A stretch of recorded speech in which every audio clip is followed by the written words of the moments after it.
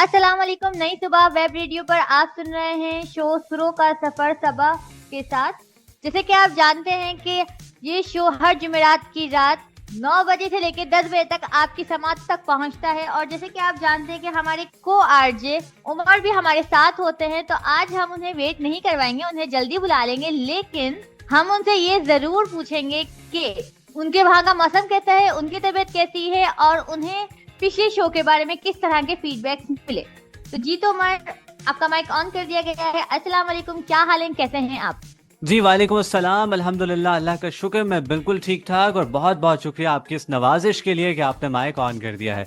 अस्सलाम वालेकुम लिसनर्स, उम्मीद करता हूँ कि आप खैर आफियत से होंगे, अपनी ज़िंदगी को भरपूर तरीके से एंजॉय कर रहे होंगे। अगर आपको किसी किस्म की मुश्किल, तंगी या परेशानी का सामना है तो हमारी अल्लाह ताला से दुआ है कि अल्लाह ताला आपको इन तमाम ही मुश्किलात से, तमाम ही परेशानियों से निजात दे और आपकी ज़िंदगी में ढेरों ढेर खुशियाँ भर दे। आप हंसते रहें, मुस्कुराते रहें, चहचहाते रहें और खिलखिलाते रहें, बल्कि कहे लगाते रहें। आज इस शो में एक साजिश हुई है। यहाँ कहा गया सुरों का सफर सबा के साथ, मेरा नाम ही बिल्कुल साइड लाइन कर दिया गया है। सामाईन, आपने इसके लिए आवाज उठानी है और हम सब मिलकर इस पर एहतजाज करेंगे। ऐसा क्यों हुआ? बाकी मुझसे पूछा गया कि कैसे कमेंट्स मिले, तो बहुत अच्छे कमेंट्स मिले। लिस्टर्स ने ये बताया कि काफी कुछ ऐसा है जो कि वो नहीं जानते थे अताउल्लाह खान ईसा खिलवी के मुतालिक, आज उन्हें सुनने को मिला, यानी कि गुज़श्ता हफ्ते उनको सुनने को मिला। खैर, मुझे ये भी याद आ गया, 9 से 10 तो आपको बता दिया गया कि आप हर जुमेरात को 9 से 10 हमें सुनते हैं, हम आपकी खिदमत में हाजिर होते हैं। रिपीट टेलीकास्ट भी किया जाता है हमारा ये प्रोग्राम हर जुमे को 5 से 6, शाम 5 से 6 भी आप हमें सुन सकते हैं। बाकी कुछ लिस्टर्स ने ये भी कहा कि आपने तो दुखी कर दिया हमें अताउल्लाह खान ईसा खिलवी की कहानी सुनाकर। अब क्या करते जनाब, फैक्ट से तमाम के तमाम हकायक बयान किए हैं। बाकी सबा, ऐसा क्यों किया आपने कि आपने कहा कि सुरों का सफर सबा के साथ? बाद में खैर आपने बताया कि हमारे को आरजे उमर है, पहले मैं कहा था। पहले आपका सर माइक ऑन नहीं था, इस वजह से आपको हमने पहले मुखातिब नहीं किया। आइंदा कर लेंगे आगे। बिल्कुल ऐसे ही है। आप सुन रहे हैं प्रोग्राम सुरों का सफर सबा और उमर के साथ, तो ये है बिल्कुल दुरुस्त जुमला। और सबा, इसके अलावा आपने क्या पूछा मेरी सेहत के मुतालिक? अल्हम्दुलिल्लाह, अल्लाह का शुक्र, बिल्कुल ठीक ठाक। और क्या पूछा था? सवालात इतने ज्यादा थे या बातें इतनी ज्यादा थी कि सब कुछ गड़बड़ हो गया? लिसनर्स को आप ये बताएं कि अब आप हमें कौन सा ट्रैक सुनाने वाले हैं, या फिर आप हमें अभी बताने वाले हैं कि हम किसके बारे में बात करने वाले हैं, या फिर आप एक पहेली छोड़ के जाएंगे ब्रेक की तरफ? बिल्कुल ऐसे ही करेंगे और लिसनर्स को कुछ उलझा कर जाएंगे ताकि वो सोचें तो सही कि आज हम किस पे बात करने वाले हैं।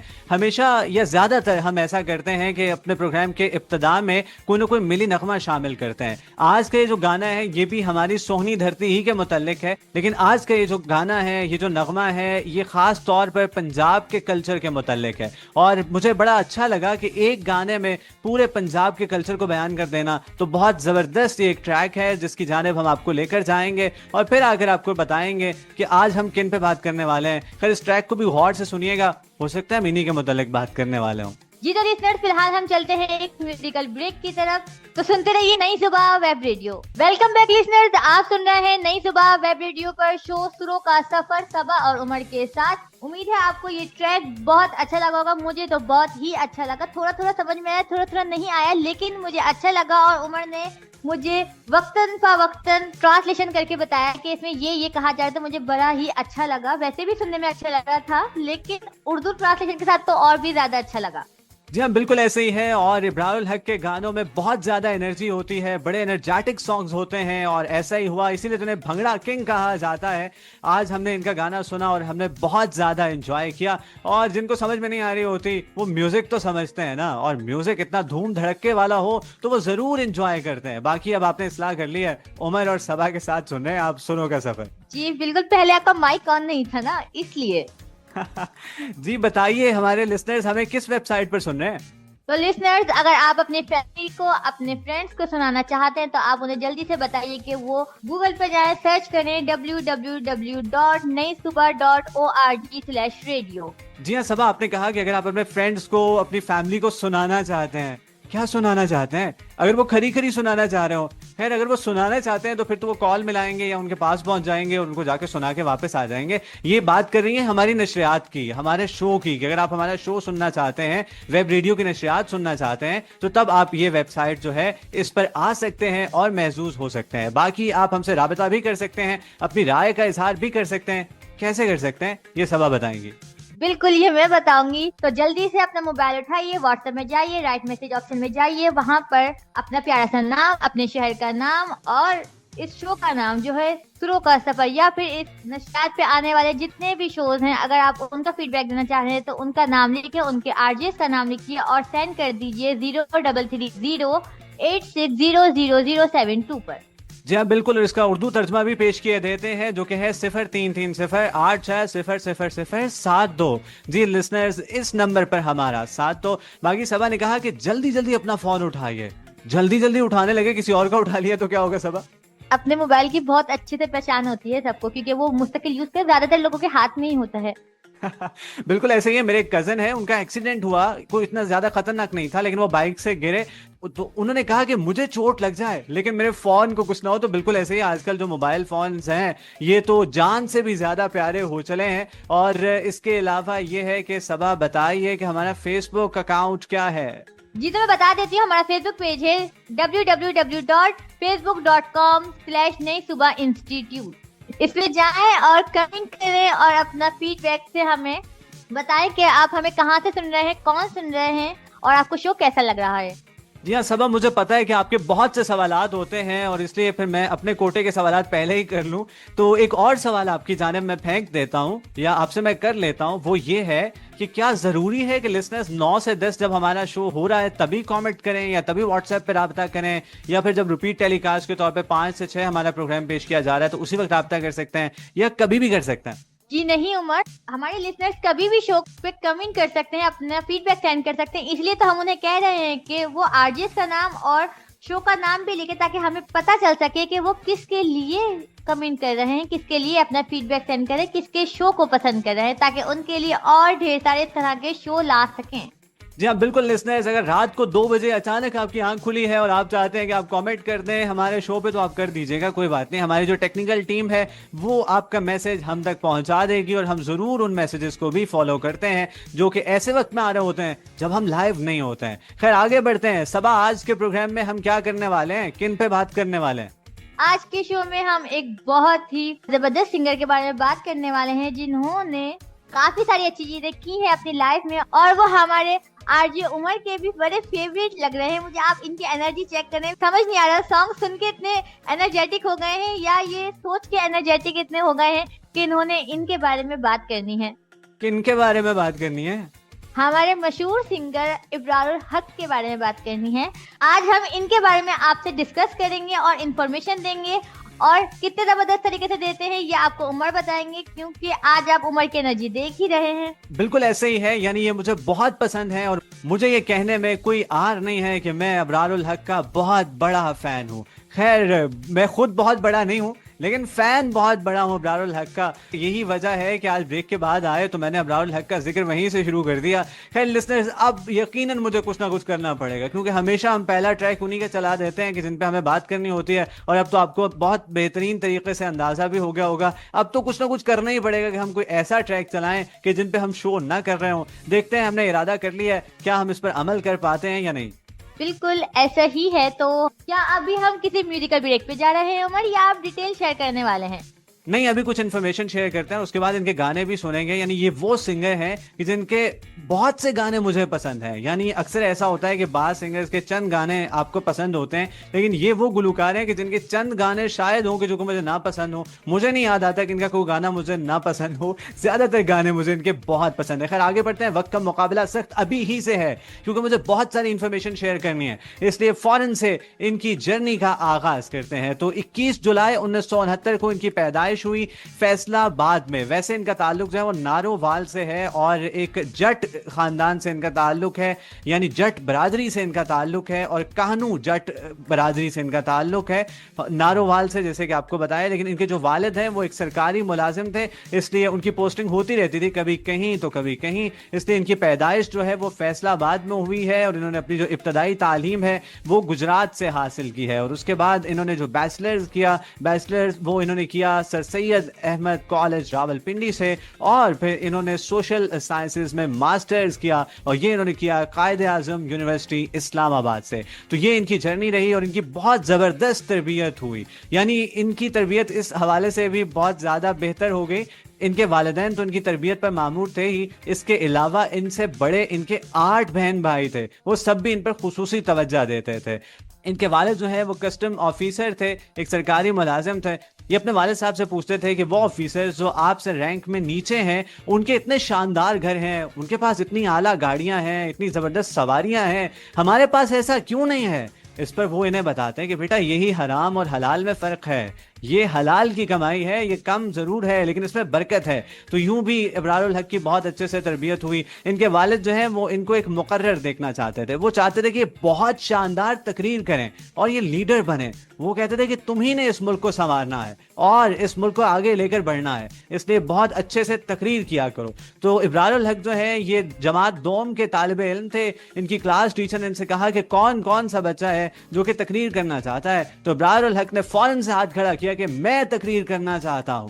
इस पर इनका नाम लिख लिया गया और अगले रोज जो टॉपिक इन्हें दिया गया था कि इस पे आपको बात करनी है, इन्होंने घर आकर वो शेयर किया। इनके भाई जो है इसरारुल हक, वो बहुत जबरदस्त मुकर्रर थे, बहुत अच्छी तकरीर करते थे, इस फन से आगाह थे। उन्होंने बड़ी शानदार तकरीर ना सिर्फ लिखी बल्कि इब्रारुल हक को उसकी प्रैक्टिस कराई। और जब वहाँ स्कूल में जाकर परफॉर्मेंस की बारी आई, यानी टीचर साहिबा जो हैं, उस्तानी साहिबा जो हैं, वो बच्चों की डायरी लिख रही थी और साथ में उन्होंने कहा कि हाँ भाई सुनाओ तकरीर, हाँ नवीद आप सुनाओ। तो नवीद ने तकरीर शुरू की। उन्होंने कहा कि क्या मिनमिना रहे हो, जरा ऊंची आवाज में तकरीर सुनाओ।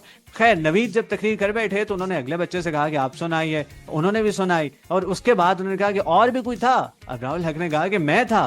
उन्होंने कहा ठीक है अब्रार आप भी सुनाइए, और आपकी जो आवाज है मुझे यहाँ बैठे बैठे आनी चाहिए। इब्रारुल हक ने दिल में सोचा कि मेरी आवाज तो क्लास से बाहर भी जाएगी। उन्होंने एक फारसी के शेर से आगाज किया और उसके बाद बुलंदो बाला आवाज में तकरीर करने लगे, यानी कि जितना कुन में जोर था। 2 क्लास का बच्चा कितना शोर मचा सकता है? खैर शोर जो है वो तो 2 महीने का बच्चा भी बहुत मचाता है। लेकिन चले आगे बढ़ते हैं। बहुत शानदार उन्होंने तकरीर की, यहाँ तक कि उनकी जो टीचर थी वो उठकर इनके पास आई, उन्होंने इनको पकड़ा और प्रिंसिपल ऑफिस ले गई। अब इब्रारुल हक जो है वो कहीं ना कहीं घबरा भी रहे हैं कि पता नहीं मैंने ऐसा क्या कर दिया है। लेकिन इनकी टीचर ने जाकर प्रिंसिपल साहिबा से कहा कि देखिए मैंने टैलेंट हंट किया है, आप ये तकरीर सुनिए।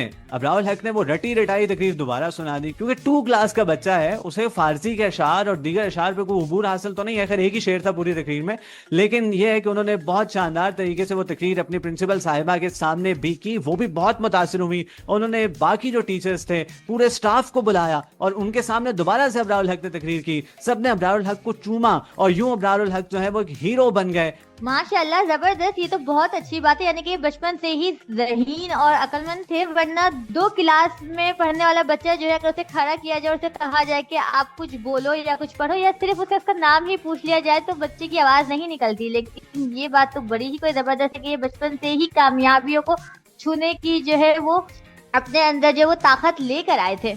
बिल्कुल ऐसे ही है, कॉन्फिडेंस इनमें बहुत ज़्यादा था। यही वजह है कि इन्हें फ़ायदा भी हुआ, यानी हर मौके पर इनको तकरीर करनी होती थी। और जैसे कि अभी आपने भी निशानदेही की कि 2 क्लास का बच्चा, तो उसकी कोई इतनी कद कामत भी नहीं होती, इसलिए किया ये जाता कि इब्रारुल हक को एक कुर्सी पर खड़ा किया जाता, तब वो जाकर माइक तक पहुँचते और वो तकरीर करते। और हर मौके पर अब इब्रारुल हक को तकरीर करनी होती थी। यही वजह थी कि बाज़ औक़ात उनका पढ़ने को दिल नहीं चाहता था, तो वो कह देते थे कि मुझे तकरीर की तैयारी करनी है, जिसके बायस उनकी जान छूट जाती। इसके अलावा वहाँ नातिया मुकाबले के लिए भी बच्चों को सेलेक्ट किया गया, तो इब्रारुल हक ने कहा कि मुझे भी मौका दीजिए। तो तब पता चला कि इस बच्चे की तो आवाज़ भी बहुत प्यारी है और उन्होंने सनाख्वानी भी की और वो आज भी नातख्वानी बड़े शौक से और ज़ौक से करते हैं। और उन्होंने एक नात जो है वो खुद लिख भी रखी है और जिस भी प्रोग्राम में वो जाते हैं, अपना इंटरव्यू देते हैं, वहाँ वो नातिया कलाम सुनाना ज़रूरी समझते हैं और वो ज़रूर सुना कर आते हैं, बड़ी मोहब्बत से सुनाते हैं। तो उनकी जो पहली पहचान बनी वो नात ख्वानी थी और तकरीर थी। और इसके अलावा अगर क्रिकेट खेली जाती तो वहाँ पर भी इब्रारुल हक जो हैं वो सरगर्म अमल होते। और इसके अलावा ये है कि अगर स्कूल में कोई ड्रामा परफॉर्म किया जाता तो वहाँ पर भी इब्रारुल हक होते। यानी इब्रारुल हक जो है वो बहुत लाडले बन गए थे पूरे स्कूल के, और वो प्रिंसिपल ऑफिस जाने से भी नहीं घबराते थे। नहीं, छोटी छोटी बातों पर चले जाते थे कि मैडम देखें इसने मेरा शॉर्पनर छीन लिया है, मैडम देखें इसने मुझे धक्का मारा है। तो वो बार बार चले जाते थे अपने प्रिंसिपल के ऑफिस। एक मरतबा तंग आकर उन्होंने कहा कि अगर तुमने हर वक्त मेरे ही सर पे सवार रहना है और मेरे ही पास रहना है तो मुझसे शादी कर लो। अब अबरारुल हक जो है वो 2 क्लास का एक बच्चा, जैसे कि हम बार बार आपको बता रहे हैं, वो बहुत मुतासिर हुए इस बात से और उन्होंने घर आकर बाकायदा बात चला दी कि मुझे मैडम साहिबा ने ये कहा है और उन्होंने कहा है कि मुझसे शादी कर लो और मुझे भी वो पसंद है, तो इसलिए आप आगे सोच लीजिए। तब इनके बड़े भाइयों ने इनको समझाया कि देखो जो तुम्हारी एज है इसमें बच्चों की बर्थडे होती है, शादी नहीं होती है। अब राहुल हक कहते हैं मेरे नसीब अच्छे नहीं थे जिसकी वजह से खैर ये ऐसा तो ना हो सका। यानी वो कहते हैं कि मुझे वो इसलिए भी बहुत अच्छी लगी कि उनमें एक रोब और दबदबा था। यानी वो कहती थी प्रिंसिपल साहिबा कि यहाँ पे खबरदार आइंदा अगर किसी बच्चे ने रैपर फेंका तो उसके बाद कोई रैपर नहीं फेंकता था। तो उनकी जो अथॉरिटी थी उससे वो मुतासिर हुए और उन्होंने कहा कि यही ठीक है। यानी कि इब्राहिम हक बचपन में शरारती भी थे। बिल्कुल ऐसे ही है। और आगे बढ़ते हैं, जैसे कि मैंने आपको बता दिया कि इन्होंने बैचलर्स कहाँ से किया और उसके अलावा इन्होंने मास्टर्स कहाँ से किया। तो इन्होंने जब अपनी तालीम मुकम्मल की, खैर आगे बढ़ते हैं तालीम मुकम्मल पर भी, जब ये कॉलेज गए तो हमने अक्सर इनके गानों में सुना है कि या तो पंजाबी होगी या फिर अंग्रेजी का तड़का होगा। तो वो ऐसे ही है कि वो बिल्कुल एक ऐसे इलाके से जो कि गुजरात था, जो कि अभी तो खासा तरक्की याफ्ता है, उस वक्त इतना ज़्यादा तरक्की याफ्ता नहीं था, वहाँ से उठे और उसके बाद फिर वो रावलपिंडी इस्लामाबाद के बड़े बड़े कॉलेजेस और यूनिवर्सिटीज़ से उन्होंने तालीम हासिल की।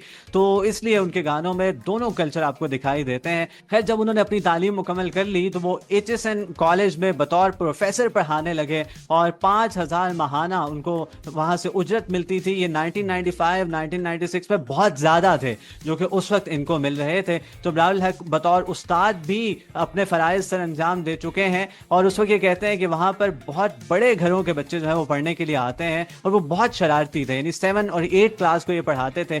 यानी इन्होंने भी बहुत ज़्यादा शरारतें की भी हैं और इसके अलावा बहुत ज़्यादा शरारती तालिब इल्म देखे भी हैं, लेकिन कोई ऐसा तालिब इल्म नहीं देखा था और ना ही कभी इन्होंने कोई ऐसी हरकत की थी कि असातिज़ा का जो एहतराम ना करता हो। तो इसलिए वो उस पर बिल्कुल कोई कॉम्प्रोमाइज़ नहीं करते थे। खैर ये गए तो कहते हैं मैं खासा परेशान हुआ इन बच्चों को कैसे समझाऊं, कैसे संभालूं।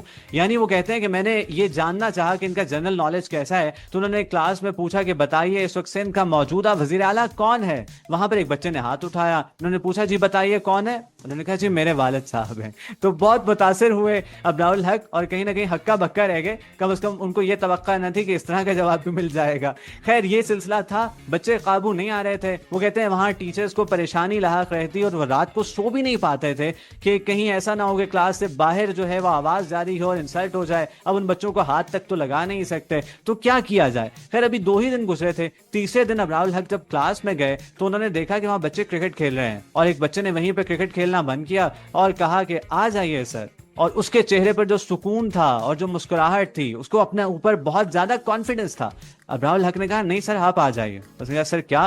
इब्राहिम हक ने कहा चलो आगे निकलो बाहर, और लेकर उसे प्रिंसिपल ऑफिस पहुंच गए और वहां कहा कि इस बच्चे को यहां से फारिग कर दीजिए। अब वहां इनसे नहीं पूछा गया कि इसने क्या किया है, क्या कसूर किया है, बल्कि उस बच्चे को अपने घर भेज दिया गया। यानी इब्राहिम हक कहते हैं कि हर चीज पे कॉम्प्रोमाइज हो सकता है। अगर आप अच्छे से नहीं पढ़ पा रहे हैं तो आप हमारे पास आइए, मैं आपकी मदद करूंगा, और कोई मुश्किल है तो मैं आपकी हेल्प के लिए तैयार हूं, लेकिन डिसिप्लिन पर हरगिज कॉम्प्रोमाइज नहीं होगा। और ये डिसिप्लिन उनको सिखाया था उनके भाई असरारुल हक ने, जो कि फौज में मौजूद थे। तो वो इनको बहुत पाबंदी से डिसिप्लिन फॉलो कराते थे, इस वजह से भी शायद ये हुआ। लेकिन कहते हैं कि उसके बाद से किसी बच्चे ने मुझे तंग नहीं किया है और सब कुछ बहुत अच्छे से रहा। और जिस बच्चे को उन्होंने घर भेजा था उसके वालिद जो हैं वो कोयटा में कमिश्नर थे। उन्होंने इब्राहिम हक को कॉल की और माजरत की और फिर उन्होंने कहा कि मेरे जो भाई हैं, इस बच्चे के जो चचा हैं, वो आपसे बजाते खुद मिलेंगे और फेस टू फेस भी आपसे माजरत करेंगे। वो पंजाब गवर्नमेंट में सेक्रेटरी थे, वो भी इब्राहिम हक के पास आए, उन्होंने भी माजरत की। इब्राहिम हक ने कहा कि कोई बात नहीं, बस बच्चे को समझा दीजिएगा कि डिसिप्लिन पर कोई कॉम्प्रोमाइज नहीं होगा। तो फिर उनकी सिंगिंग का क्या बना और उन्होंने स्टार्ट कैसे करी, उन्होंने सिंगिंग कहाँ सीखी, ये भी बताएं हमें। बिल्कुल ऐसे ही है, सुरों का सफर है, एक सिंगर की जर्नी डिस्कस कर रहे हैं और सिंगिंग का तज़किरा ही नहीं आ रहा। असल में सवाल मैं ये सोचता हूँ कि हमें वो बताना चाहिए जो कि लिसनर्स को ना पता हो या उनको ज्यादा ना सुनने को मिलता हो। यानी उनके मशहूर गाने कौन कौन से हैं, वो कैसा गाते हैं, कैसे सुनाई देते हैं, कैसे दिखाई देते हैं, ये तो ज्यादातर लोगों को पता ही है। नहीं तो वो यूट्यूब पे जाएंगे और जाके देख लेंगे, उनके गाने जाकर सुन लेंगे। तो इसलिए मेरा ज्यादा फोकस जो है वो उनकी इस जर्नी पर था। खैर अब बढ़ते हैं उनकी सिंगिंग की जानिब। अचानक एक दिन जो है उनको पता नहीं क्या सूझा कि वो गुनगुनाने लगे, असात जाने भिलो दे कर भाई किने किने जाने भिलो दे कर। तो ये खुद से एक उन्होंने गाना बनाया और वो साथ में हंसने लगे कि ये मैंने क्या किया है। उन्होंने अपने भाई को बुलाया, उन्होंने कहा कि ये सुनना, ये इंडिया का एक बड़ा बेहतरीन गाना है। तो सुनाया, उनके भाई ने कहा वाह क्या जबरदस्त गाना है, आगे क्या है। तो अब्रार हक कहते क्या वाकई अच्छा है? उनका हाँ बहुत अच्छा है, और मैंने खुद बनाया है। उनका आगे तो सुनाओ। कहते अभी इतना ही बनाया है। तो उन्होंने कहा कि इसमें भंगड़ा डाल दो। तो वो कहते हैं कि पंगड़े ते पंगड़ा पा पा, पंगड़े ते पंगड़ा पा। तो इस तरह से करके उन्होंने इस गाने को आगे बढ़ा दिया। बाद में किसी ने उनसे पूछा कि आप बिल्लो के घर क्यों जा रहे हैं? मैं शादी करने के लिए जा रहा हूँ। तो उन्होंने कहा शादी का तो बीच में जिक्र ही नहीं है। तो फिर उन्होंने वो बीच में डोली वगैरह का जिक्र भी किया, और फिर किसी और ने, यानी एतराजात जो है ना इस गाने पे घर से ही लगना शुरू हो गए। वे बाकी सारे क्यों जा रहे हो? बाराती हैं इसलिए जा रहे हैं, शादी पे अकेले थोड़ी जाते हैं। तो इस तरह से उन्होंने ये गाना जो है वो तरतीब दिया, और उसके बाद उन्होंने कहा कि कैसे रिकॉर्ड करें या नहीं। उनके भाई ने कहा कि आपके पास अगर इतने पैसे नहीं है, जो कि उनके पास नहीं थे अब्रार हक के पास, तो मैं देता हूं, लेकिन आप इस गाने को जरूर रिकॉर्ड कराओ। खैर उससे पहले अब्रार हक की परफॉर्मेंस हो चुकी थी। वो कहाँ? अब्रार हक जो है अपने कॉलेज के दिनों में, अपनी यूनिवर्सिटी के दिनों में गाने तो गुनगुनाते थे ना, टेबल को बजा बजा कर, और साथ में गाते थे। तो उनके दोस्तों को पता तो था कि बहुत अच्छा गाते हैं। तो इनके एक दोस्त जो है वो पीटीवी में बतौर प्रोड्यूसर काम कर रहे थे, और उनके जो सिंगर थे वो उस दिन नहीं आए। तो उन्होंने अब्रार से गुजारिश की कि आप गा दीजिए। उनका मैं, उनका हाँ। वो कहते मैंने तो कभी नहीं गाया। कहते कोई बात नहीं, मैं गवा दूंगा, तो आप शो में आ जाएगा, वो क्लिप हो सकता है आपको मिल भी जाए, जरा सी कोशिश करें। तो अनवर मकसूद साहब जो है वो बुला रहे हैं, और अब्रार हक जो है वो आ रहे हैं और आकर गा रहे हैं। लेकिन पीटीवी पर उन्होंने गाया और ये बात जो है वो आई गई हो गई। लेकिन उसके बाद इनको परेशानी ये लाक थी कि ये भी एक जिम्मेदार घराने से ताल्लुक रखते थे, यानी इनकी बहुत सारी ज़मीनें थी, और वहाँ पे काश्तकारी भी करते थे, कि वहाँ पर एक जट फैमिली में भी ये पसंद नहीं किया जाएगा कि ये गाना गाएं। ये भी परेशानी थी, जिसके बायस इन्होंने यही सोचा कि अगर मैं अपना गाना रिलीज़ करूँगा तो उस पर मैं अपने दोस्त रेहान सईद की तस्वीर लगा दूंगा। मेरी तस्वीर नहीं होगी, सिर्फ आवाज़ होगी, तो कोई भी पहचान ही नहीं पाएगा कि ये कौन गा रहा है। तो कुछ इस तरह से इन्होंने प्लान किया, लेकिन इनके भाई ने कहा कि नहीं, आपको अपनी तस्वीर भी लगानी चाहिए, बाकी चीज़ें मैं खुद संभाल लूंगा। खैर हम बात कर रहे थे इनके गाने असां थे जाना है बिल्लो दे घर। तो इन्होंने गाना तो बना लिया, लेकिन अब गाने की बाकायदा कॉम्पोजिशन होती है, उसमें बाकायदा म्यूजिक बजता है। उसके लिए क्या करें,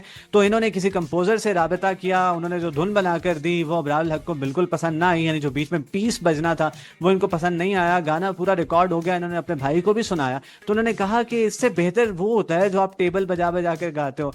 तो इसलिए इन्होंने ये सोचा कि एक और एफर्ट करते हैं, कामयाबी मिल गई तो ठीक है, वरना अब्रार हक जो है वो अपनी जॉब कर रहे हैं, वो एचएसएन में पढ़ा रहे हैं, इसके अलावा सीएसएस कर रहे हैं, तो उसी सिलसिले को आगे लेकर चलेंगे। तो फिर इन्होंने दोबारा से छानबीन शुरू की और म्यूजिशियंस ढूंढे, और एक कीबोर्डिस्ट थे जिनका नाम था अख्तर, और इस तरह से गिटारिस्ट थे जिनका नाम असद था। इन्होंने इसमें म्यूजिक जो है वो बजाया है, और ये गाना जो है रिकॉर्ड हुआ और सबको बहुत पसंद आया जिसको इन्होंने सुनाया। फिर ये फैसला हो गया कि बाकायदा तौर पर रिलीज होगा, और ये गाना रिलीज हो गया। और आते ही ये गाना बहुत ज्यादा मशहूर हो गया, सबको ये गाना बहुत पसंद आया। इनका पूरा ही एल्बम जो है वो बहुत पसंद आया। साथ जाना है बिल्लो दे घर, ये जो एल्बम है इसकी 4 करोड़ और 30 लाख कॉपीज जो है वो बिकी हैं। और ये तो वो है जो कि कानूनी तौर पर बिकी, बाकी जिन लोगों ने गलत तरीके से इसको बेचा वो अलहदा से हैं, और अगर उनको काउंट किया जाए तो ये तादाद मजीद ज़्यादा बढ़ जाएगी। हर कोई इनको बहुत ज़्यादा पसंद करने लगा, इनको बहुत ज़्यादा ऑफर्स आने लगी। इनके वालिद साहब जो है वो उस वक्त लिया गए हुए थे, वहाँ इनकी कुछ ज़मीनें थी, वो जब वहाँ चले जाते तो काफ़ी अरसा वहीं पर रहते, वहाँ पर काम करवाते रहते। जब वो वापस आए तो वो काफ़ी नाला हुए, वो नाराज़ हुए कि मैं इसे क्या बनाना चाहता था और ये क्या बन गया है, ये किस चक्कर में पड़ गया है। यानी इससे ये अपनी सीएसएस की तालीम को ज़्यादा आगे नहीं बढ़ा पाएगा, उस पर तवज्जो नहीं दे पाएगा, ये तो बहुत गलत हो गया। तो खैर इनके भाई ने जिम्मेदारी ली थी, वो समझाएंगे, लेकिन वो भी कुछ खातिर खा कामयाब ना हुए। फिर एक बड़े मशहूर वकील है डॉक्टर खालिद रांझा, उनके जो वालिद हैं यानी अब्रार हक के वालिद और डॉक्टर खालिद रांझा के वालिद, यानी अब्रार हक के दादा जो हैं उन्होंने डॉक्टर खालिद रांझा के वालिद साहब से पग एक्सचेंज की थी। उमर, हमारे लिसनर्स को बताएं कि ये पग क्या होता है। ये सब आप पगड़ी को कहते हैं, यानी कि उन्होंने अपनी पगड़ी इनको दे दी और इनकी पगड़ी जो है वो उनसे ले ली। ये एक पंजाबी लिबास है, उसी का हिस्सा है, सर पर पहनी जाती है। हो सकता है अब आपको समझ में आ गया हो। तो इसका मतलब ये होता है कि आपकी और हमारी इज्जत सांझी है। जी अच्छा, तो फिर आगे क्या हुआ? हाँ, तो ये बताने का मकसद ये है कि जो डॉक्टर खालिद रांझा हैं उनकी बहुत इज्जत करते थे अब्रार हक के वालिद। तो इन्होंने जाकर उनसे गुजारिश की, यानी चचा जान उनको कहते थे कि चचा आप ही कहिए वालिद साहब से कि मुझे सिर्फ 1 साल दे दें सिंगिंग के लिए और उसके बाद मैं अपना सीएसएस कंप्लीट करूंगा। उन्होंने कहा कोई बात नहीं, जाकर बात करते हैं आपके वालिद साहब से। वो अब इनके वालिद साहब के पास पहुंच गए और कहा कि देखिए अब कोई इतना मायूब काम नहीं है सिंगिंग, अब तो जो हेड ऑफ स्टेट हैं वो भी इज्जत करते हैं सिंगर्स की, तो इसलिए कोई ऐसी बात नहीं है, बच्चे का शौक है, इसे करने दीजिए। उन्होंने कहा अच्छा, तो अब्रार कुछ सुनाओ फिर। अब अब्रार हक अपने वालिद साहब के सामने असां ते जाना है बिल्लो दे घर तो नहीं सुना सकते, तो उन्होंने ये सोचा कि वालिद साहब को क्या पसंद है। उन्होंने देखा था कि उनके वालिद साहब अक्सर ये सुन रहे होते हैं कि इंशाज उठो अब कुछ करो, तो उन्होंने यही गाना शुरू कर दिया। और उनके वालिद साहब ने सुना, कहते हैं हाँ आवाज़ तो तुम्हारी अच्छी है, आवाज़ तो तेरी चंगी है, पर पुत्र है काम तो नहीं ना जेड़ा तू करन लगे। इन्होंने कहा कि ठीक है आवाज़ अच्छी है लेकिन ये भला कोई काम है। लेकिन उनको इजाज़त बहरहाल मिल ही गई और यूं उन्होंने गाने का आगाज़ कर दिया और उन्होंने अपनी तमाम तर ख्वाहिशात जो है उनको पूरा किया। यानी वो गाड़ी लेना चाहते थे, उन्होंने गाड़ी ली, बहुत ज़्यादा वो फेमस हो गए, हर कोई उनके आगे पीछे घूमने लगा और उनके ऑटोग्राफ लेने लगा। यहाँ तक कि UET, ये एक यूनिवर्सिटी है, university of engineering and technology, वहाँ एक कॉन्सर्ट था, वहाँ जब परफॉर्म करने के लिए गए, अबरारुल हक को इतनी तवक्को नहीं थी कि इस कदर शानदार फीडबैक मिलेगा, इस कदर शानदार रिस्पांस मिलेगा। वो अपने आप को कोई इतना बड़ा सिंगर नहीं समझते थे, लेकिन वहां पर जो रिस्पांस मिला वो देखकर भी अबरारुल हक जो है वो हैरान रह गए और शशदा रह गए और बहुत ज़्यादा उनको कामयाबियां मिली। यहाँ तक कि उनका ख्वाब था कि वो एक जहाज़ खरीदें। वो पेशावर गए, वहाँ जाकर उन्होंने देखा एक जहाज़ को और वो 70 से 80 लाख रुपए में मिल रहा था। इन्होंने उसके लिए पैसे जमा करने शुरू कर दिए और वो जहाज़ लेने ही वाले थे, लेकिन इनकी ज़िंदगी ने पलटा खाया। क्या हुआ वो भी आपको बताएंगे, लेकिन पहले बढ़ेंगे एक म्यूजिकल ब्रेक की जानिब। जी तो लिसनर्स, अभी हम चलते हैं एक छोटे से म्यूजिकल ब्रेक की जानिब, जिसमें हम सुनेंगे अबरारुल हक का सॉन्ग फरारी। तो सुनते रहिए नई सुबह web radio. Welcome back listeners, आप सुन रहे हैं शो सुरों का सफर सबा और उमर के साथ। उम्मीद है आपको ये ट्रैक, ये सॉन्ग बहुत अच्छा लगा होगा। मुझे तो बहुत ही अच्छा लगा, काफी एनर्जेटिक था। हमारे पास टाइम है थोड़ा सा कम, लेकिन हम जल्दी जल्दी अपने टाइम को आगे बढ़ाते हैं और उमर से पूछते हैं कि आगे इनकी इन्फॉर्मेशन हमें जल्दी जल्दी से दे दें, क्योंकि हम एक्साइटेड भी हैं और टाइम भी कम है। जी हाँ बिल्कुल, ये वक्त कैसे गुजर गया बिल्कुल पता नहीं चला और अबरारुल हक को भी ये पता नहीं चला कि वक्त कैसे गुजर गया। अब वो HSN से भी मुस्ताफ़ी हो चुके थे, मुकम्मल तौर पर वो म्यूज़िक को बतौर पेशा अपना चुके थे और उनको बहुत से पैसे भी आ रहे थे, शोहरत भी मिल रही थी। लेकिन उनकी वालिदा जिनसे वो बहुत प्यार करते थे वो इस दुनिया फ़ानी से चली गई और उनका इंतकाल हो गया। अब अबरारुल हक को कुछ समझ में नहीं आ रहा था कि वो क्या करें, कहीं उनका दिल नहीं लग रहा था, वो बहुत परेशान थे। उन दिनों शौकत खानम हॉस्पिटल के बहुत चर्चे थे और बहुत ज़्यादा फंड रेजिंग होती थी। अबरारुल हक ने कहा कि मेरी वालिदा भला किसी से कम है। उन्होंने सुगरा शफी के नाम से एक हॉस्पिटल बनाने का फैसला किया ताकि नारोवाल में जो लोग परेशान होते हैं, जो बीमार होते हैं, उन्हें दूर दराज इलाकों में जाना पड़ता है इलाज की गर्ज से, उनको यहाँ पर बेहतरीन इलाज की सहूलियात मैसर की जा सके। इसके लिए उन्होंने गवर्नमेंट से राबिता किया, उनसे कहा कि मुझे कुछ ज़मीन दे दीजिए, मैं यहाँ पर एक हॉस्पिटल बनाना चाहता हूँ। लेकिन हुकूमत ने उन्हें इसके लिए ज़मीन जो है वो अलॉट नहीं की है। वो क्यों नहीं की, इसके पीछे भी कुछ झांक कर देखते हैं कि क्या वजह है। अबरारुल हक जब बहुत ज़्यादा मशहूर हुए, वहाँ बहुत से उनके चाहने वाले थे, वो बहुत ज़्यादा पसंद करते थे अबरारुल हक को, लेकिन वहाँ बहुत से ऐसे भी थे जो कि इनसे नफरत करने लगे। यानी बहुत ज़्यादा इनके इस गाने को नापसंद भी किया गया।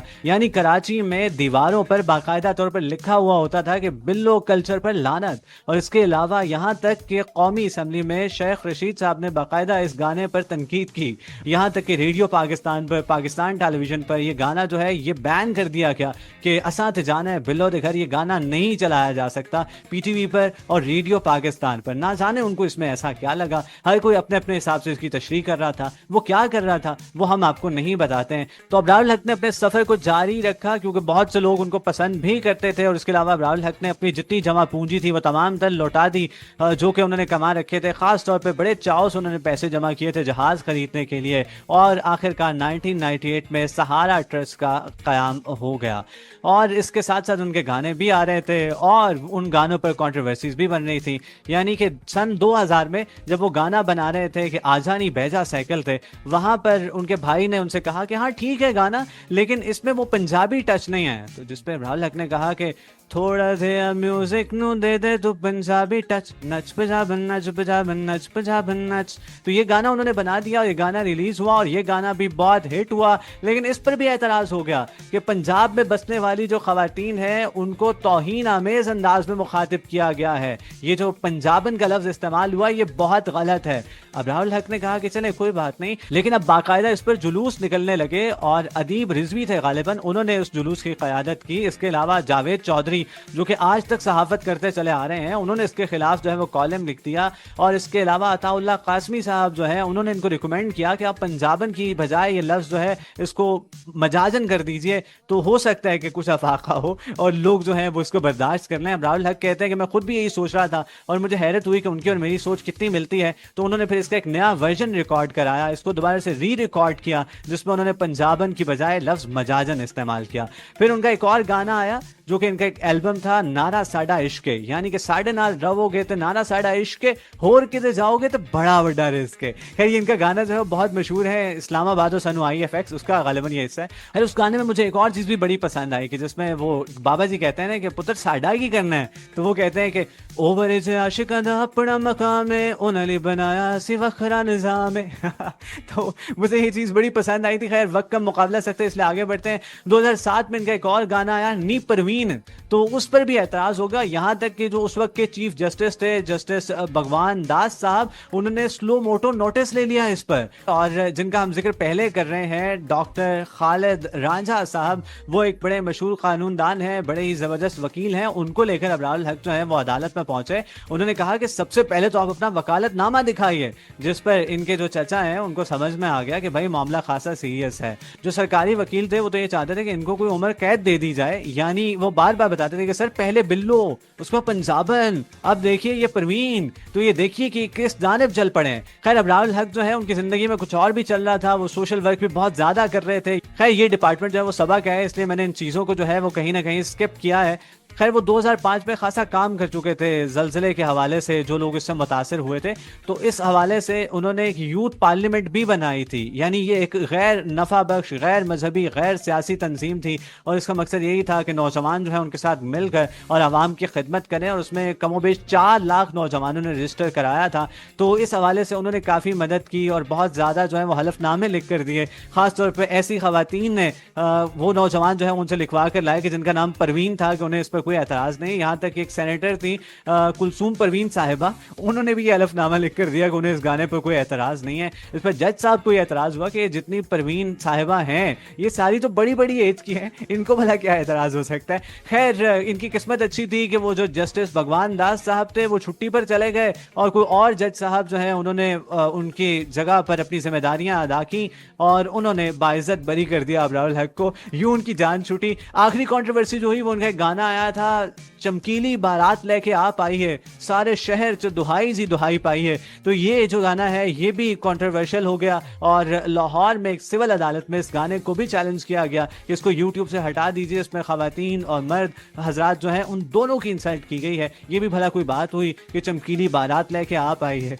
तो वो कहते हैं कि मैं तो वुमेन एम्पावरमेंट की बात कर रहा हूँ कि देखिए पहले लड़के बारात लेके आते हैं, अब लड़की खुद बारात लेकर जा रही है। तो ये कुछ इनकी कंट्रोवर्सीज रही। काफी ज्यादा इंफॉर्मेशन आपके पास है और काफी ज्यादा आपने जो है चीजें बताई हैं, थोड़ा थोड़ा सॉन्ग भी सिंग करके बताया है, मजा आ रहा है।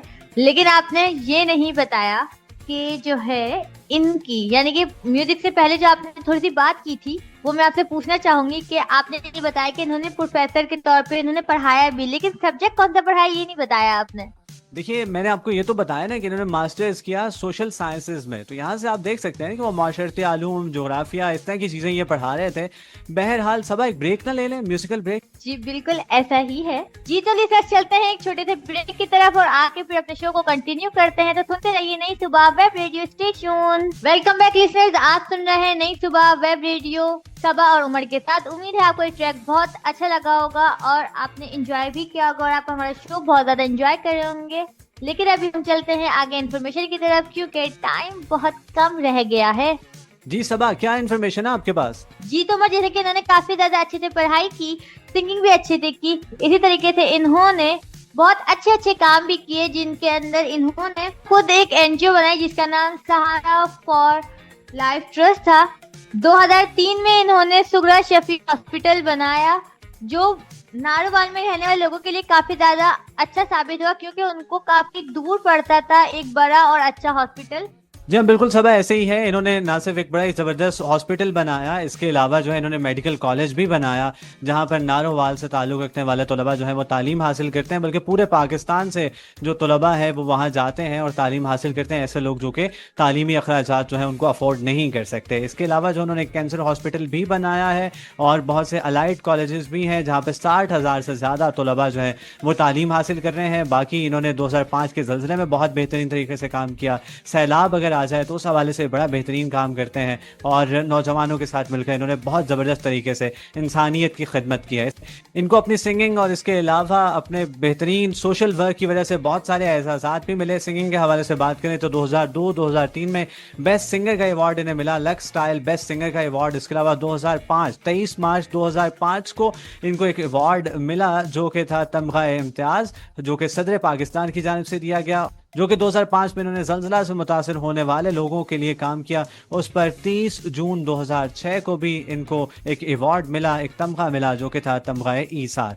तो ये है अबरारुल हक जिनके मुतालिक आज हम बात कर रहे हैं। बहुत सारी इन्फॉर्मेशन शेयर की, बहुत सारी इन्फॉर्मेशन ऐसी है जो कि मैं शेयर करना चाहता हूँ। उनके बहुत सारे गाने ऐसे हैं कि जिन पर बात करना चाहते हैं, लेकिन वक्त जो है वो बिल्कुल इसकी इजाज़त नहीं दे रहा है। यानी अभी मैं आपको बताना चाहता था कि बाकी गाने कैसे बने। यानी एक तकरीब में ये मौजूद थे और बार बार कर रहे थे ले ले।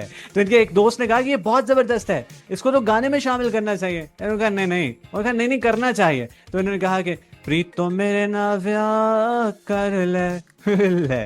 तो वो बहुत पसंद किया गया। और इसी तरह से बाकी गानों के मुतालिक भी अगर आपको बताएं, भीगा भीगा सा ये दिसंबर है, आप इस मुतालिक जानना चाहते होंगे तो ये कहते हैं कि हमारे यूनिवर्सिटी के एक दोस्त थे जिनको हर 6 महीने बाद जो है वो सच्चा प्यार हो जाता था। और खैर जब वो यूनिवर्सिटी से फारिग हो गए तो उनको जो आखिरी सच्चा प्यार हुआ था उसके मुतालिक जब वो बातचीत कर रहे थे तो उन्होंने जो कहानी सुनाई उसी को मद्देनजर रखते हुए मैंने ये गाना लिख दिया, भीगा भीगा सा ये दिसंबर है। अब जब आप सुनेंगे तो इस सिनेरियो को ज़रूर जहन में रखिएगा, आपको और ज़्यादा लुत्फ आएगा। और इसके अलावा बाकी गानों के मुतालिक मैं बताना चाहता हूँ, लेकिन वक्त नहीं रहा है, इसलिए अब मैं आपसे इजाज़त चाहूँगा। जो इन्फॉर्मेशन रह गई उसके लिए माज़रत। अब मैं आपसे इजाज़त चाहता हूँ। आप अपना और अपने पास बसने वालों का बहुत सा ख्याल रखिएगा। दुआओं में मुझे और नई सुबह वेब रेडियो की पूरी टीम को याद रखिएगा। और मेरी कोई भी बात ऐसी जो कि आपकी तबीयत पर गिरां गुजरी हो तो उसके लिए मैं आपसे माज़रत खा हूँ और अपने रब के हुजूर भी तौबा का तलबगार हूँ। हमारा मकसद हरगिज़ आपकी दिल आज़ारी करना नहीं होता है, बल्कि आपके चेहरों पर मुस्कुराहटें बिखेरना होता है और आप तक इन्फॉर्मेशन पहुँचाना होता है। जाते जाते बस यही कहना चाहूँगा कि आप अपना और अपने पास बसने वालों का बहुत सा ख्याल रखिएगा। ये पहले भी कह चुका, लेकिन कोई बात नहीं, जितनी मरतबा ज़्यादा ये तलकीन की जाए उतनी ही नाकाफ़ी है। और जाते जाते मुझे ये कहना था कि एक नसीहत की बात करता हूँ, दिल में ये डाल रखिएगा, सब अपना ख्याल रखते हैं, आप दूसरों का ख्याल रखिएगा। अल्लाह हाफ़िज़। जी तो रिश्वत उमर तो जा चुके हैं, मैं भी लेती हूँ आपसे इजाजत। बस इतना ही कहूंगी कि आप दूसरों को समझाने के बजाय बाज़ औक़ात आप दूसरों को सुना करें ताकि उनको भी सुकून मिले और वो अपनी बात किसी से शेयर कर सकें, क्योंकि सुनने वाले बहुत कम होते हैं, सुनाने वाले बहुत सारे होते हैं। तो कुछ अलग कीजिए और लोगों की खुशी का सबब बनिए। मुझे भी दीजिए इजाजत, मिलते हैं नेक्स्ट शो में। अल्लाह हाफिज।